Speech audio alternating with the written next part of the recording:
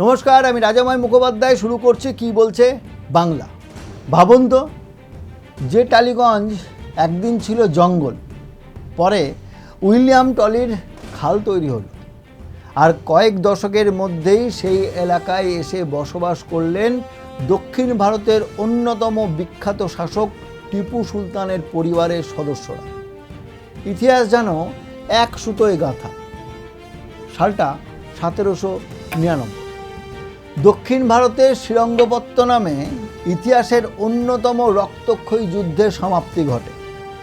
যুদ্ধক্ষেত্রে প্রাণ হারান মহীশূরের শাসক, যিনি মাইসরের বাঘ নামে পরিচিত।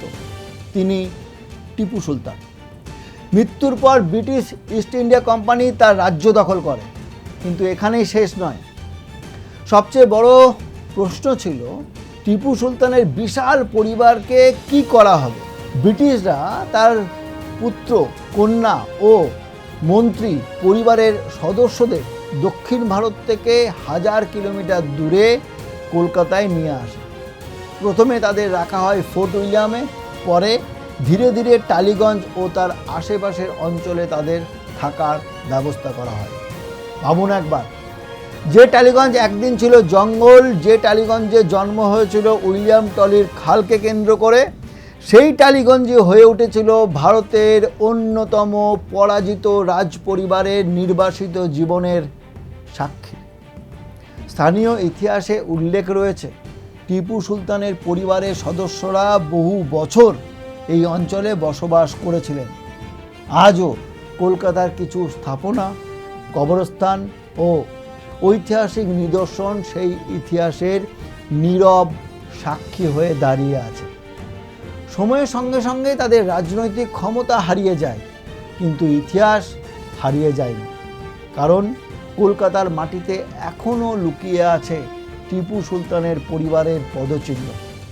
টালিগঞ্জ শুধু সিনেমার শহর নয়, এটি নির্বাসন, সাম্রাজ্য পরাজয় এবং নতুন জীবনেরও এক নীরব ইতিহাস।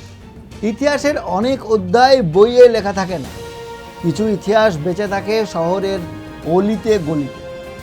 আপনি কি জানেন, কলকাতার সবচেয়ে বিখ্যাত এলাকা টালিগঞ্জের নাম কোনো বাংলা শব্দ নয়, এটি এসেছে একজন আইরিশ সেনা অফিসারের নাম থেকে। আজ যেখানে মেট্রো রেল ছুটে চলে, যেখানে প্রতিদিন সিনেমার শুটিং হয়, যেখানে জন্ম নিয়েছে বাংলা চলচ্চিত্রের ইতিহাস, মাত্র 250 বছর আগে সেখানে ছিল গভীর জঙ্গল, বাঘ, কুমির আর জলাভূমি। কিন্তু কে ছিলেন সেই মানুষ যার নাম আজও বেঁচে আছে টালিগঞ্জ হয়ে? আর কেনই বা তিনি নিজের অর্থ খরচ করে একটি খাল খনন করেছিলেন? আজ আমরা জানব এমন এক ইতিহাস যা শুধু টালিগঞ্জ নয়, বদলে দিয়েছিল পুরো কলকাতার ভবিষ্যৎ। আজকের কলকাতা যেমন দেখছেন তেমনটি ছিল না। ছিল 3টি গ্রাম, সুতানুটি, গোবিন্দপুর আর কলকাতা। 1690 সালে ইংরেজ বণিক জব চার্নক এই অঞ্চলে আসেন। এরপর ধীরে ধীরে গড়ে ওঠে ব্রিটিশ ইস্ট ইন্ডিয়া কোম্পানির অন্যতম প্রধান বাণিজ্য কেন্দ্র। কিন্তু শহরের দক্ষিণ অংশ, অর্থাৎ আজকের ভবানীপুর, কালীঘাট, টালিগঞ্জ, এইসব জায়গা তখন ছিল ভয়ঙ্কর জঙ্গল। বর্ষায় সব জলে ডুবে যেত, স্থলপথ প্রায় ছিল না বললেই চলে, নদীপথই ছিল একমাত্র ভরসা। বাণিজ্য বাড়ছিল, কিন্তু যোগাযোগ ছিল ভীষণ কঠিন। আর ঠিক তখনই ইতিহাসের মঞ্চে প্রবেশ করেন এক আইরিশ সেনা অফিসার। 1740-এর দশকে আয়ারল্যান্ডে জন্মগ্রহণ করেন কর্নেল উইলিয়াম টলি। তিনি ইস্ট ইন্ডিয়া কোম্পানির সেনাবাহিনীতে যোগ দিয়ে ভারতে আসেন। কিন্তু তিনি শুধু একজন সেনা অফিসার ছিলেন না, তিনি ছিলেন একজন উদ্যোক্তা, একজন পরিকল্পনাকারী আর একজন দূরদর্শী মানুষ। তিনি বুঝেছিলেন, কলকাতাকে সত্যিই যদি বড় বাণিজ্যিক শহরে পরিণত করতে হয়, তাহলে জলপথকে নতুন করে গড়ে তুলতে হবে। কারণ তখন আদিগঙ্গার বহু অংশ পলি জমে প্রায় অচল হয়ে পড়েছিল। বড় নৌকা চলতে পারত না, ফলে ব্যবসা, কৃষি, পণ্য পরিবহন সবই ক্ষতিগ্রস্ত হচ্ছিল। উইলিয়াম টলি ইস্ট ইন্ডিয়া কোম্পানির কাছ থেকে অনুমতি নিলেন। একটি পুরনো জলপথকে পুনরুজ্জীবিত করার পরিকল্পনা করলেন এবং নিজের অর্থ বিনিয়োগ করে শুরু করলেন এক বিশাল প্রকল্প, যা পরবর্তীকালে টলির নালা নামে পরিচিত হয়। আর সেই নালার পাশেই ধীরে ধীরে গড়ে ওঠে একটি নতুন জনপদ, যার নাম মানুষ দিতে শুরু করে টলিরগঞ্জ। সেই টলিরগঞ্জই আজকের টালিগঞ্জ। এবার আপনাদের শোনাবো একটা ছোট্ট সরু গলির গল্প, যে গলিতে সারা বিশ্বের দুর্গা ঠাকুর তৈরি হয়। এবার হয়তো একটু বুঝতে পেরেছেন আপনারা। এক মুঠো গঙ্গার পাড়ের মাটি একজন শিল্পীর হাতে এসে হয়ে যায় দেবী দুর্গা। কলকাতার মাত্র কয়েকটা সরু গলি, অথচ এখান থেকেই প্রতি বছর হাজার হাজার দুর্গা প্রতিমা পাড়ি দেয় London, New York, Toronto, Sydney, Tokyo আর দুবাই। প্রশ্ন হলো কিভাবে সম্ভব? কিভাবে 300 বছরের পুরনো একটি শিল্পপাড়া আজ বিশ্বের দুর্গাপুজোর রাজধানী? আর কেন কুমোরটুলির মাটিতে এখনও মিশে থাকে গঙ্গার পলি, খড়, বাঁশ এবং একটি বিশ্বের পুণ্য মাটির বিশ্বাস? আজ আমরা প্রবেশ করব এমন এক জগতে যেখানে শিল্প শুধু শিল্প নয়, এটি ইতিহাস, অর্থনীতি, ধর্ম এবং বাঙালির আত্মপরিচয়ের গল্প। এক মুঠো মাটি, একজন শিল্পীর হাত আর কয়েক মাসের কঠিন পরিশ্রম, এই তিনটি জিনিস মিলেই তৈরি হয় এমন এক দেবী মূর্তি যার সামনে মাথা নত করেন লক্ষ লক্ষ মানুষ। কিন্তু জানেন কি, কলকাতার একটি ছোট্ট পাড়া থেকে তৈরি হওয়া এই দুর্গা প্রতিমা আজ পাড়ি দেয় লন্ডন, নিউ ইয়র্ক, সিডনি থেকে টরন্টো শুরু করে বিশ্বের নানা প্রান্তে।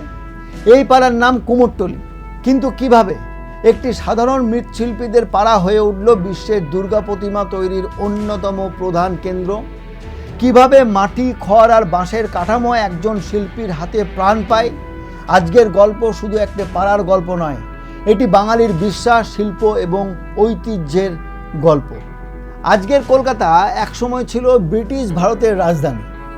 1700 এবং 1800 শতকে যখন কলকাতা ধীরে ধীরে একটি বড় শহরে পরিণত হচ্ছে, তখন শহরের বিভিন্ন পেশার মানুষের জন্য তৈরি হয় আলাদা আলাদা পাড়া। যেমন তাঁতিদের জন্য ছিল তাঁতিপাড়া, শাঁখারিদের জন্য ছিল শাঁখারি পাড়া, আর মাটির কাজ করা কুমোরদের জন্য তৈরি হয় একটি বিশেষ এলাকা। সেই এলাকা পরিচিত হয় কুমোরটুলি নামে। কুমোর অর্থাৎ মৃৎশিল্পী আর টুলি অর্থাৎ পাড়া বা বসতি। প্রথম দিকে এখানকার শিল্পীরা তৈরি করতেন মাটির হাঁড়ি, কলসি, প্রদীপ এবং দৈনন্দিন ব্যবহারের নানা জিনিস। কিন্তু কলকাতার জমিদার বাড়ির দুর্গাপুজোর সংখ্যা বাড়তে শুরু করার পর বদলে যেতে থাকে কুমোরটুলির ভবিষ্যৎ। কারণ দেবী দুর্গার প্রতিমার জন্য দরকার ছিল দক্ষ হাত, আর সেই দক্ষ হাত ছিল এই কুমোরদের কাছেই। একসময় দুর্গাপুজো ছিল জমিদার ও ধনী পরিবারের উৎসব। বাংলার দুর্গাপুজোর প্রাচীন ইতিহাসে রাজা কংসনারায়ণের নাম বিশেষভাবে উল্লেখ করা যায়। তাহেরপুরে 16 শতকে জাঁকজমকপূর্ণভাবে দুর্গাপুজো করেছিলেন বলে ইতিহাসে উল্লেখ আছে। এরপর বাংলায় বিভিন্ন রাজা, জমিদার বা ধনী এবং বনেদি পরিবারের নিজেদের পারিবারিক উৎসব হিসাবে দুর্গাপুজো প্রতিষ্ঠা করে। বিশেষ করে শোভাবাজার রাজবাড়ির দুর্গাপুজো কলকাতার ইতিহাসে অত্যন্ত গুরুত্বপূর্ণ। 1757 সালে পলাশী যুদ্ধের পর রাজা নবকৃষ্ণ দেবের বাড়ির পুজোতে ব্রিটিশ সাহেবদের উপস্থিতির জন্য বিখ্যাত হয়ে ওঠে তাদের বাড়ির দুর্গাপুজো। সময় বদলালো। 19 শতকের শেষ এবং 20 শতকের শুরুতে যখন বারোয়ারি দুর্গাপুজোর প্রচলন বাড়তে শুরু করলো, তখন প্রতিমার চাহিদাও বেড়ে গেল। আর তখনই কুমোরটুলির শিল্পীরা হয়ে উঠলেন অপরিহার্য। একজন শিল্পীর কাছে দুর্গা শুধুমাত্র একটি মাটির মূর্তি নয়, এটি একটি সৃষ্টির প্রক্রিয়া। কারণ প্রতিটি প্রতিমার মধ্যে থাকে শিল্পীর কল্পনা, বিশ্বাস এবং কয়েক প্রজন্মের অভিজ্ঞতা। একটি দুর্গা প্রতিমার জন্ম শুরু হয় মাটি দিয়ে নয়, শুরু হয় বাঁশ দিয়ে। প্রথমে তৈরি হয় কাঠামো, তারপর সেই কাঠামোর উপর বাঁধা হয় খড়, ধীরে ধীরে একটি অবয়ব তৈরি হতে থাকে। এরপর আসে মাটি। প্রথম স্তরের মাটি তৈরি করে শক্ত ভিত্তি। দ্বিতীয় স্তরের শিল্পী শুরু করেন সূক্ষ্ম কাজ, মুখের গড়ন, চোখের আকৃতি, হাতের ভঙ্গি, সব কিছু তৈরি হয় শিল্পীর আঙুলের স্পর্শে। সবচেয়ে গুরুত্বপূর্ণ মুহূর্ত আসে শেষে, যখন শিল্পী আঁকেন দেবীর চোখ। আর এই মুহূর্তকেই অনেকেই বলেন চক্ষুদান, কারণ সেই চক্ষু আঁকার পরই যেন মাটির প্রতিমা প্রাণ পায়। একটি দুর্গা প্রতিমা তৈরির অন্দরমহল, শিল্পীর হাতে জাদু, মাটির রহস্য এবং সেই বিশেষ মাটি যা ছাড়া পূর্ণ হয় না দেবীর রূপ। প্রায় 300 বছরের ইতিহাস, হাজার হাজার প্রতিমা, লক্ষ লক্ষ মানুষের বিশ্বাস। কিন্তু প্রশ্ন হলো, কুমোরটুলির এই ঐতিহ্য কি আগামী 100 বছর পরেও একইভাবে বেঁচে থাকবে, নাকি আধুনিকতার চাপে হারিয়ে যাবে এক প্রাচীন শিল্পের শেষ ঠিকানা? কুমোরটুলির প্রতিটি প্রতিমার পেছনে রয়েছে একজন শিল্পীর জীবন সংগ্রাম। ভোর থেকে রাত পর্যন্ত কাজ করেন তারা। বর্ষার বৃষ্টি, গরমের কষ্ট, জায়গার অভাব, সব কিছুর সঙ্গে লড়াই করেই তৈরি হয় দেবীর রূপ। কিন্তু বর্তমানে তাদের সামনে নতুন সমস্যা। জায়গা কমছে, কাঁচামালের দাম বাড়ছে। অনেক তরুণ প্রজন্ম এই পেশায় আসতে চাইছে না, কারণ দীর্ঘ পরিশ্রমের তুলনায় আয়ের নিশ্চয়তা সবসময় থাকে না। তবুও শিল্পীরা কাজ করে চলেছেন, কারণ তাদের কাছে মাটি শুধু উপাদান নয়, এটি তাদের পরিচয়। কারণ তারা জানেন একটি দুর্গা প্রতিমা শুধু মাটির তৈরি নয়, এর মধ্যে রয়েছে পূর্বপুরুষের শিক্ষা, শিল্পীর স্বপ্ন এবং কোটি কোটি মানুষের আবেগ। সময়ের সঙ্গে দুর্গাপুজো বদলেছে। আজ থিমের যুগ, নতুন নতুন ভাবনা, নতুন প্রযুক্তি, নতুন ডিজাইনও এসেছে। কেউ তৈরি করছে নতুন ধরনের শিল্পকর্ম।